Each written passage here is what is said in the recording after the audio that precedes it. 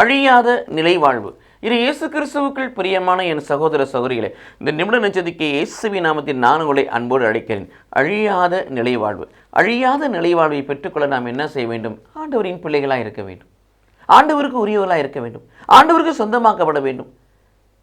அழியாத தேவனுக்கு, முடிவில்லாத தேவனுக்கு சொந்தமாகின்ற பொழுது என்னுடைய வாழ்வும் அழியாத முடிவில்லாத வாழ்வாக மாறுகிறது அல்லவா? யோவான் நற்செய்தி 1:12 வாசிக்கிறோம். என்ன வார்த்தை சொல்லப்படுகிறது? அவரை நம்பி, யாரே?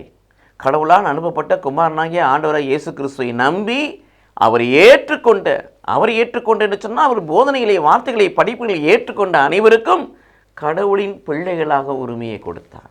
இவ்விதமாக இயேசுவை ஏற்றுக்கொண்டு, கடவுள் அனுப்பிய குமாரனாகிய மகனாகிய ஆண்டவராக இயேசு கிறிஸ்துவை ஏற்றுக்கொண்டு, அவரை நம்பி, அவருடைய வார்த்தையை ஏற்றுக்கொண்டு, படிப்பினை ஏற்றுக்கொண்டு உலகில் வாழுகின்ற பொழுது நாம் எல்லாம் யாராக இருக்கிறோம்? கடவுளின் பிள்ளைகளாக இருக்கிறோம். கடவுள் நம்ம தகப்பனாக இருக்கிறார். இயேசு மூத்த சகோதரனாக இருக்கிறார்.